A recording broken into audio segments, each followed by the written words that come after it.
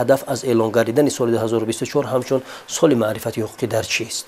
امسال از روز قبول از سال قبول کنستیتوسیای جمهوری تاجیکستان 30 سال پر می شود. یعنی پیشوای معظم ملت پرزیدنت مملکت محترم امام علی رحمان ضمن ارائه پیامشان به مجلس عالی جمهوری تاجیکستان نیز قید نمودند همین نکته را. در پرتو آن همین سیاست خلق تاجیکستان آیا از حقوق و عهده‌داری‌هایی که قانونگذاری جمهوری تاجیکستان نسبت به آنها مقرر نموده است آگاه هستند؟ اگر قانون در جامعه قبول کرده می شود شهروندان از آن استفاده نمی برند، پس این قانون می تواند که همچون قانونی مرده نام برده شود، یعنی عمل نمی کند.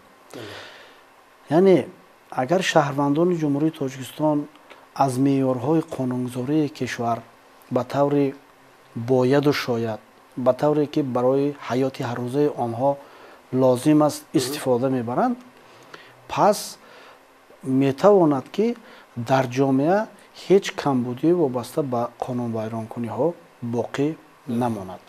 یعنی عمل قانون های جمهوری تاجیکستان از هر یک شهروند جمهوری تاجیکستان و از هر یک عائله جمهوری تاجیکستان وابستگی خیلی کلان دارد.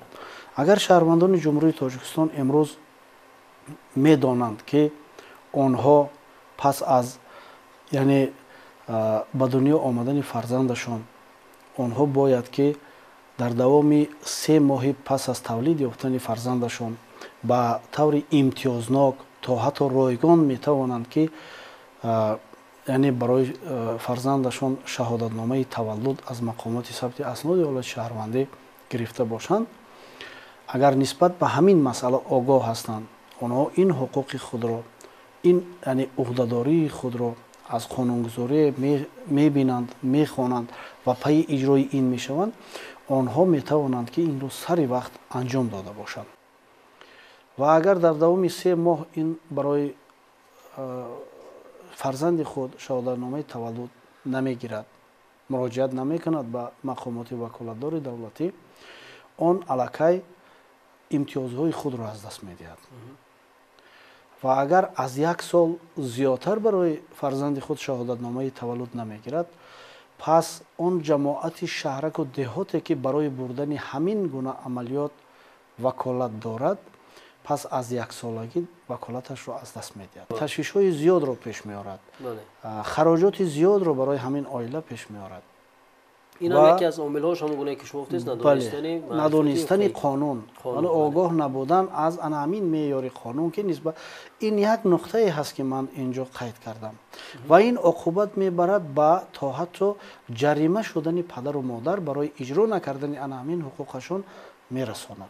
یعنی قانونگذاری نیز جریمه رو تهدید میکند برای شهروندان جمهوری تاجیکستان. واقعا هم اگر شهروندان جمهوری تاجیکستان پیش از هر یک حرکتی که میکنند اساس قانونی آن را از معیارهای قانون پیگیری نمایند، دریابند اون چگونه است، اون حرکت آنها را چگونه قانون به تنظیم درآورده است، اگر عملی میکند، این البته بلند بودن شعور حقوقی شهروندان را پیش می‌آورد که این در مجموع با بلند بودن معرفت حقوقی شهروندان شهادت می‌دهد. درست است. مثلا در همینجا یک سوال دیگه می‌خواستم پیشنهاد کنم.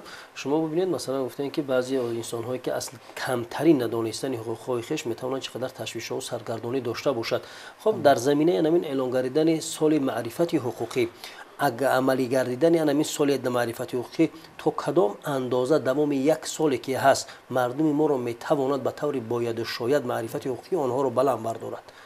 این وابسته از کی است؟ مثلا باید مبلغه های خوبی، حقوق شناس های خوب باشد در بین مردم تبلیغ و تشویق کرد. همینا چگونه باید به مردم ما حقوق های کمترین آنها رو فهمونیم که تا انا میگونه سرگردانی ها و تا میگونه مثلا نافهمی های حقوقی در بین مردم نباشد. امروز اگر بینیم تمام مقامات دولتی و شخصان منصبدار در بلند برداشتن معرفت حقوقی اهالی سهم دارند.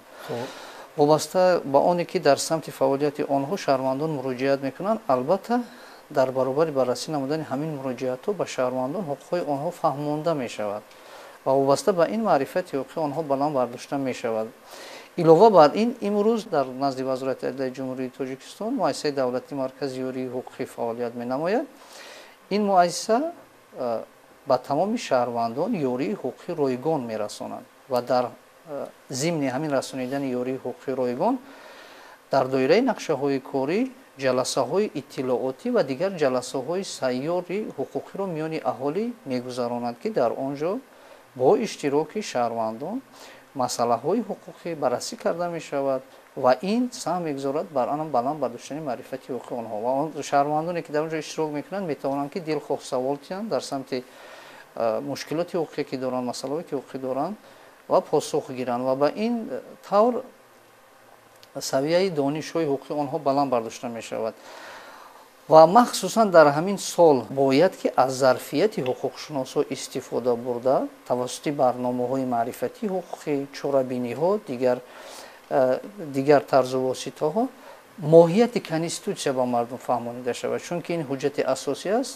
масъалаҳои мураккаби ҳаётӣ иқтисодӣ иҷтимоӣ дар ин санад дарҷ гардидааст ва бояд ки моҳияти конститутсия ба мардум фаҳмонида шавад ва дар ҳамин ҷо агар ки савияи дониши аҳолӣ зиёд шид ин оварда мерасонад ба паст намудани сатҳи камбизоатии аҳолӣ ва агар мо бинем дар стратегияи миллии рушди ҷумҳурии тоҷикистон ҳам ҳамин расонидани ёрии ҳуқуқӣ ва баланд бардоштани маърифати ҳуқуқӣ ҳамчун ҳадафи стратегӣ пешбинӣ гардидааст. воқеан ҳам барои шаҳрвандони ҷумҳурии тоҷикистон агар ҳуқуқҳояшонро донанд ва аз ин бархурдор гарданд ҳатто як сол ин зиёд аст.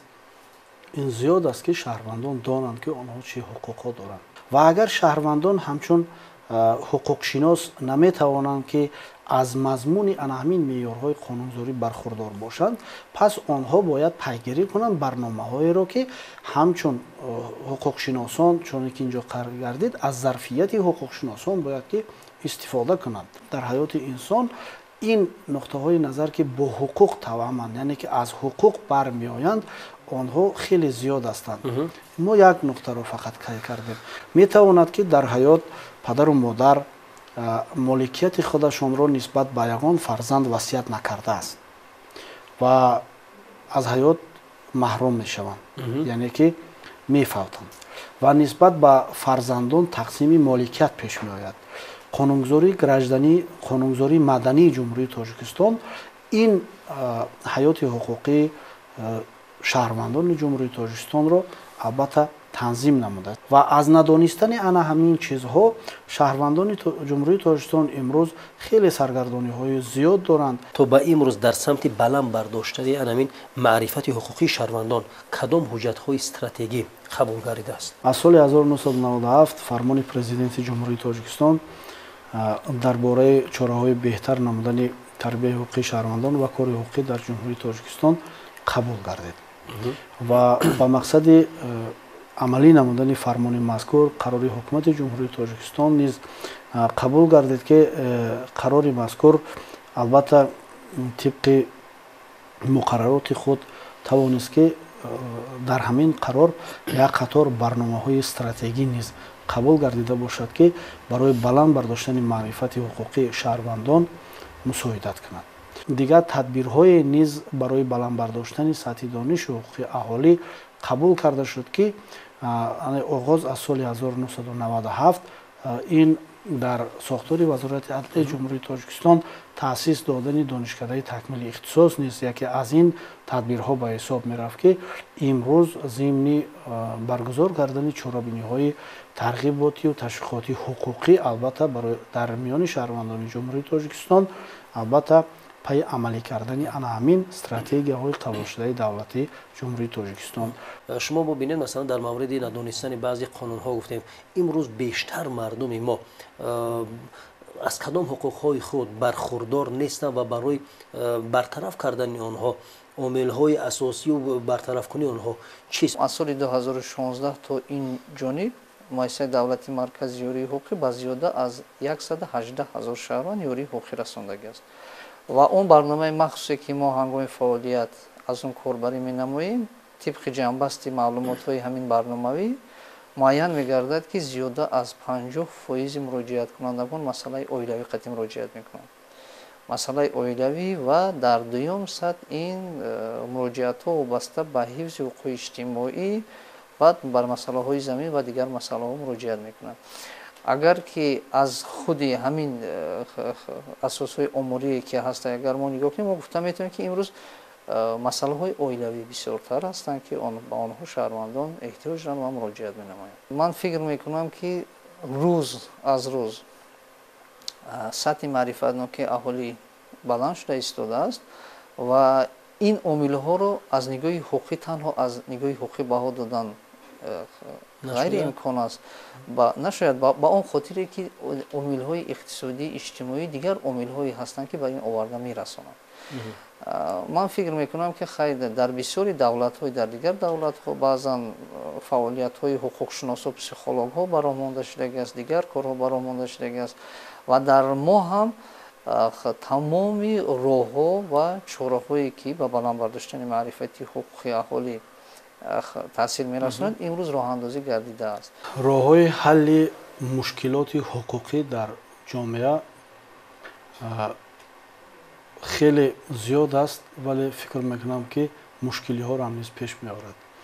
ما برای اونه که توانیم با همین مقصدی که امروز پیشوای معظم ملت پرزیدنت مملکت محترم علی رحمان پیش گرفتند و تاکید نمودند، دستور هم دادند که ما جامعه حقوق شناسان باید راه و اصول های را پیدا نماییم که معرفت حقوقی شهروندان در درجه ضروری آورده رسانیده شود.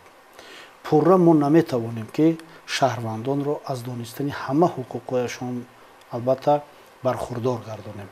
این از خودی هر یک شخص وابستگی خیلی کلان دارد، زیرا که شخص وابسته به رفتار حقوقی خودش و وابسته به خصلت رفتار خودش این را میتواند که از آن خود کرده باشد.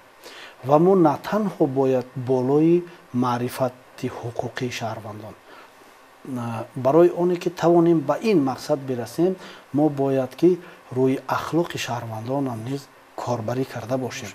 زیرا امروز اخلاق این زینه اول و مهم است که میتواند که عملی شوی حقوقی شهروندان را پیش بیارد.